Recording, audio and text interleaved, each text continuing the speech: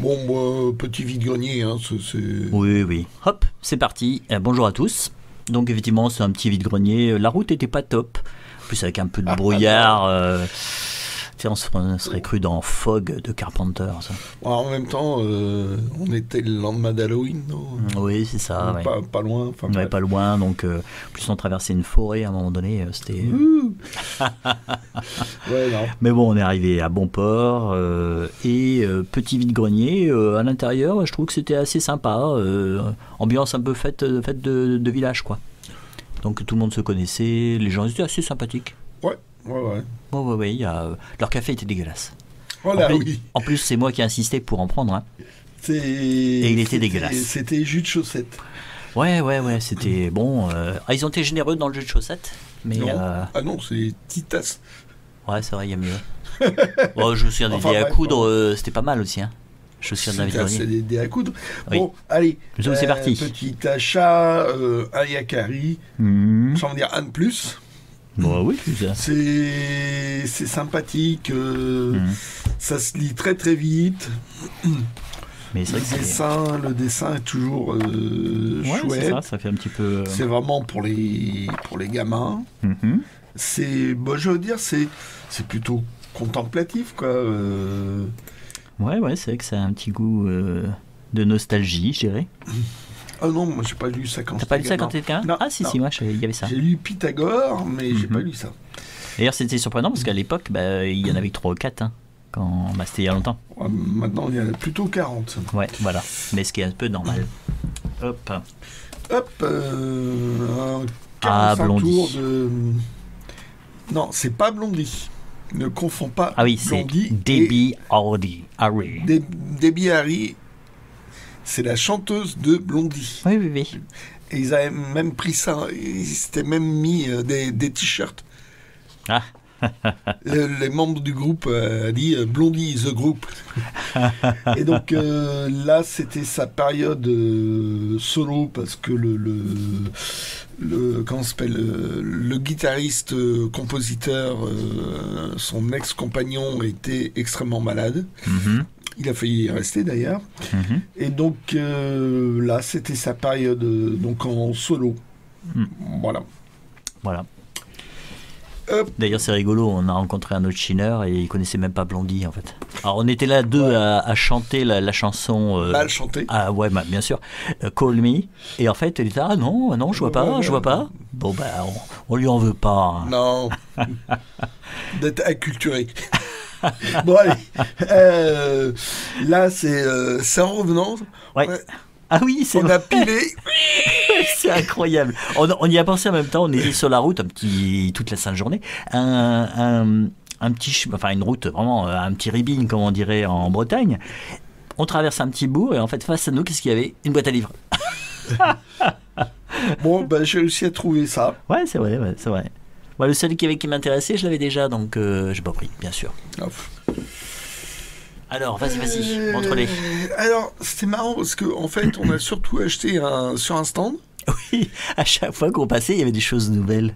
On se dit, mais on l'a pas vu ça? On l'a pas vu tout à l'heure. C'est ça. Il a fini par sortir une caisse. Oui, mais c'est que j'avais pas la place, donc je l'ai mis au fur et à mesure. Ah non, mais c'est maintenant que vous le dites. C'est un peu ça. Donc, 3 16 22 Achille Talon. Mm-hmm. Ça tombe bien parce que je les avais pas. Tu vas pouvoir les mettre dans ton présentoir 16-22. Non. Rappelez-vous qu'on fait l'épisode je ne sais plus quoi. Épisode 2. 120 et... Voilà. Et donc, le geek belge a trouvé un présentoir 16-22 en état nickel. Donc là, 3. Donc c'est des compiles de gags. À la sauce thématique. Ok, vacances, c'est de la BD, des gags sur l'apprentissage en gros de la BD. Il avait fait des gags par là. Oui. Et donc il a rassemblé ça, ces thématiques. Voilà. Bon, c'est les objets, quoi. C'est sympathique. Oui, c'est sympathique. Hop. Donc là, je vais tomber dans la variation. Parce que j'ai pris cet album-là, qui était pas indispensable. Il y a le prix en haut sur la droite. Je cache. Ah, c'est incroyable. Il cache que ça, il l'a coûté, il a payé 1 euro.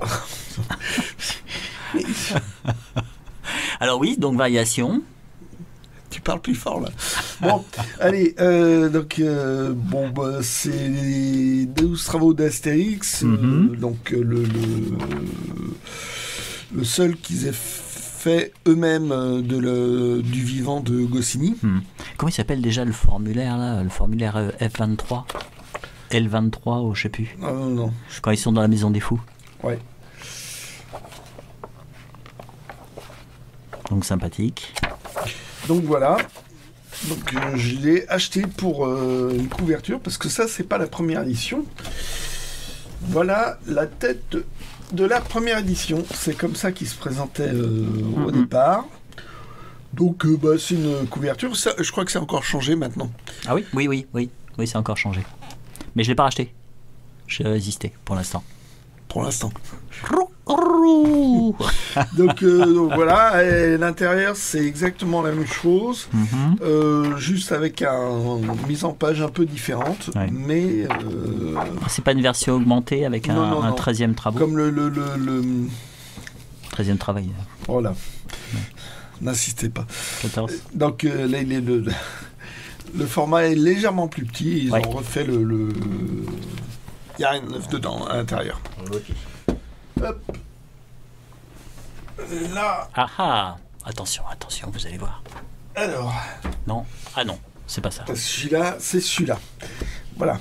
Donc, effectivement, comme il dit 1 euro, moi je le dis franchement. Ah oui, oui. Donc là, c'est une réédition. Le dos, il y a un peu de réparation. Enfin, moins que l'exemplaire que j'avais moi. Voilà. Ouais, là, effectivement, t'as plus beaucoup de dos. Voilà. Donc, je compte me faire un bricolage. Sinon, tu vas bricoler les deux. Non, je vais bricoler celui-là. Ah, parce il est plus ancien. C'est une première édition, celle-là. D'accord. Donc ça, c'est édition qui date de 64. Et ça date de 66. D'accord. Voilà. Donc, le reste... Et c'est le même bleu ou... je pense que... Non, c'est pas le même bleu. Il a un peu vieilli. Ah, c'est pas le même bleu. M'énerve. C'est toi. Mais je le dis. Ouais, non, mais je vais essayer de compléter. Ok. Voilà. Bon, je vais arrêter donc, Ah, voilà. Dernier achat, c'est celui-là. Alors, c'est un dos rond. Une édition de 72. Donc là, cette présentation-là, c'était la première version par Fournier. Il en a refait une après.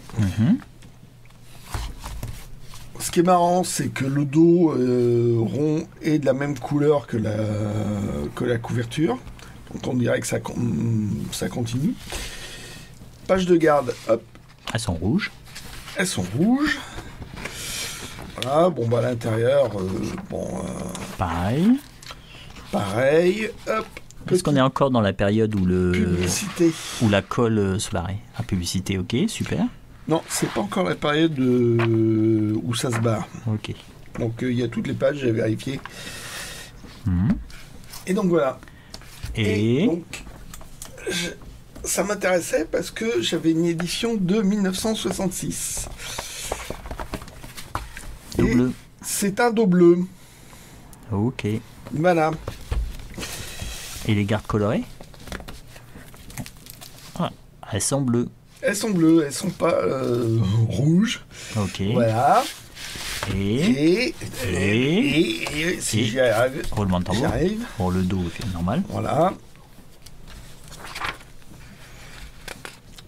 Et là, c'est vraiment pour pinailler. Ah, le S est différent, non? Spirou est différent. Le logo. Ouais. Le logo de Spirou est différent. Alors ça, ils l'ont adapté. D'accord. Bon, marrant, c'est une petite variation. Ouais. Je vois que tu en as un troisième là sur ta gauche. Oui. Allez, hop. Bang. Ok, tu fais tout tomber. Je fais tout tomber. Là, c'est l'édition originale. Voilà, ça c'est la première édition. Donc dos papier. Dos papier. La taille, ouais, non, c'est à peu près identique. Ouais, il y en a un petit peu plus grand. Bon, là, il me manque une partie du dos, mais bon. Hop. Ouais. Voilà. Et Donc là, bleu. page de garde bleue, hop. Et le logo. Surtout le mettre pas. Hein. Ok, d'accord. D'accord. Et tu me dis de pas t'aider. Hop, Encore différent. encore différent. D'accord. Donc voilà. Mais bon, l'histoire c'est la même, il meurt à la fin. Voilà. Et puis bon, bah il y a aussi la qualité du papier qui change. Là, voilà, c'est des cahiers agrafés. Ouais. Voilà. Bon, bah super. Et c'est toujours la même histoire. Voilà. Donc, je vais te laisser la place. Hein. Ok, d'accord. Bon, ce sera plus court. Ouais. Hop, c'est parti. Ouais. Bon, c'est fini. Ciao. Presque. Presque. Oh, tu m'as dit que ça serait court. Oui, ça va être très court. Donc en fait, à part le café qui n'était pas terrible, qu'est-ce que j'ai pris? J'ai pris ceci, qui est Werner Werkstatt. Donc vous aurez deviné bien sûr que c'est de l'allemand. Art et artisanat 1903-1932. Alors qu'est-ce que c'est? Tout simplement en fait, alors je vais l'ouvrir puis comme ça vous pouvez voir à l'intérieur. Tout simplement en fait, à la fin du 19e siècle, il y a eu un mouvement parmi les artistes. C'est un mouvement de résistance par rapport à l'industrialisation et notamment tout ce qui est industrialisation des meubles, des céramiques, des objets du quotidien, objets ménagers. On va déplacer les gens. Et donc ça a donné naissance en Angleterre et en Écosse à Arts and Crafts, qui était en fait un souci. C'était les ouvriers se voulaient artisans, ils essayaient de produire des objets qui étaient très beaux et qui puissent correspondre à la classe classe moyenne. Et pour résister à l'industrialisation et à l'uniformisation de tout. Ils voulaient mettre de l'art dans les objets familiers. Alors ça a donné aussi le mouvement L'Art Nouveau en France et en Belgique. Donc il y a des très beaux exemples en Belgique. Et en Allemagne, donc en 1903, c'est un regroupement, un atelier, ça veut dire je crois atelier viennois. Donc c'est un regroupement d'ouvriers artistes qui ont décidé de faire des objets et de les vendre. Alors eux en l'art nouveau en général, je crois qu'on appelait ça l'art nouille parce que c'est beaucoup les cours et tout ça. En Allemagne en fait c'est plutôt géométrique. Là, vous avez pu le voir on le voit des choses comme ça là. Et au début j'ai cru que c'était de l'art déco, mais c'est vrai que ça s'en rapprochait un petit peu. Mais non, c'était un mouvement qui à l'origine apparemment s'apparentait à non, je confonds. Au début, je pensais que ça se rapprochait de l'art déco, mais eux, ils ont l'air de rapprocher ça de l'art nouveau. Moi, je trouve que ça se ressemble beaucoup à l'art déco plutôt. Et donc, ce livre-là, c'est vraiment sur tous les objets du quotidien, mais qui sont faits par des artisans et qui sont faits en petites séries. Voilà. Et donc, ils ont travaillé pour. On voit là, c'est pour le sanatorium, la maison Kohler. Donc bon, c'était pas pour les ouvriers, hein, c'était quand même pour la classe moyenne et la classe aisée, mais c'était un mouvement des beaux objets, quoi. Voilà, donc j'ai trouvé ce livre très intéressant par rapport à ça. Puis là, on a vraiment plein d'objets différents. Alors, c'est marrant, c'est qu'en fait, le texte est écrit est assez gras, t'as vu? C'est vraiment, c'est du texte... mais l'iconographie est magnifique. Donc voilà, déjà, j'étais assez content de trouver ce livre. Ah, c'est ça que je préfère, moi. Ah, c'est incroyable, hein. Le côté très stylisé et graphique. Ouais. Bah, il y a toute une part avec des ex-libris, là. Tu peux pas le montrer? Ouais, où est-ce que c'était? Tu l'as vu? Je sais plus. Ça doit être juste à la suite. J'essaie de trouver. Alors, il y a du tout, hein. Parce que là, je vous avais même vu. Il y avait un. Voilà. Tac. Un peigne. Alors, bah voilà. Ah bah, Klimt. du Klimt. Ah bah, tu vois, Klimt en faisait partie. Là. Loeffler. Tout ce travail de noir-blanc. Ah oui, c'est incroyable, hein. Donc là, je suis assez content d'avoir trouvé celui-ci. Voilà. C'est pour des bouteilles de vin. Ouais, c'est un ex-libris quelque part. Mais c'est vrai que ça ressemble beaucoup à des ex-libris. Ça pourrait servir d'ex-libris. Des ex-libris. Ah, c'est derrière, possible. derrière. Ah, Voilà. bien vu. Ah, c'est ça. Ah, c'est ça que tu avais vu quand j'avais feuilleté. Ouais. Ok. Là, vous voyez. À un moment donné, en fait, il y avait beaucoup d'artistes. En fait, les gens leur demandaient de faire un ex-libris juste pour eux. Je sais qu'il y a. C'était tous les artistes de cette génération. Ah, juste, je ne vais pas me souvenir de son nom. Il y avait un artiste qui était très connu, qui a fait beaucoup d'illustrations pour des livres pour enfants. Et on n'arrêtait pas de lui en demander et ça finissait par l'énerver. La feuille d'image. En fait, l'ex-libris, en gros, c'est pour dire. Ce livre est à moi. Hein. Voilà. Et pour qu'en fait les gens se souviennent que voilà, le livre, on leur a prêté. Bon, des fois on en trouve, hein, c'est des livres d'occasion avec des super beaux ex-libris. T'as vu là, c'est carrément les relieurs aussi. Il y avait des relieurs dans ces artisans. S'il y avait toutes les professions, c'est possible. Ouais. Ah, c'est super chouette. Hein. Là, je dois dire, j'avais pas vu cette partie-là, mais non, là c'est super chouette. Donc un livre de plus. Un nid à poussière de plus. Oui, c'est vrai. Mais de la poussière.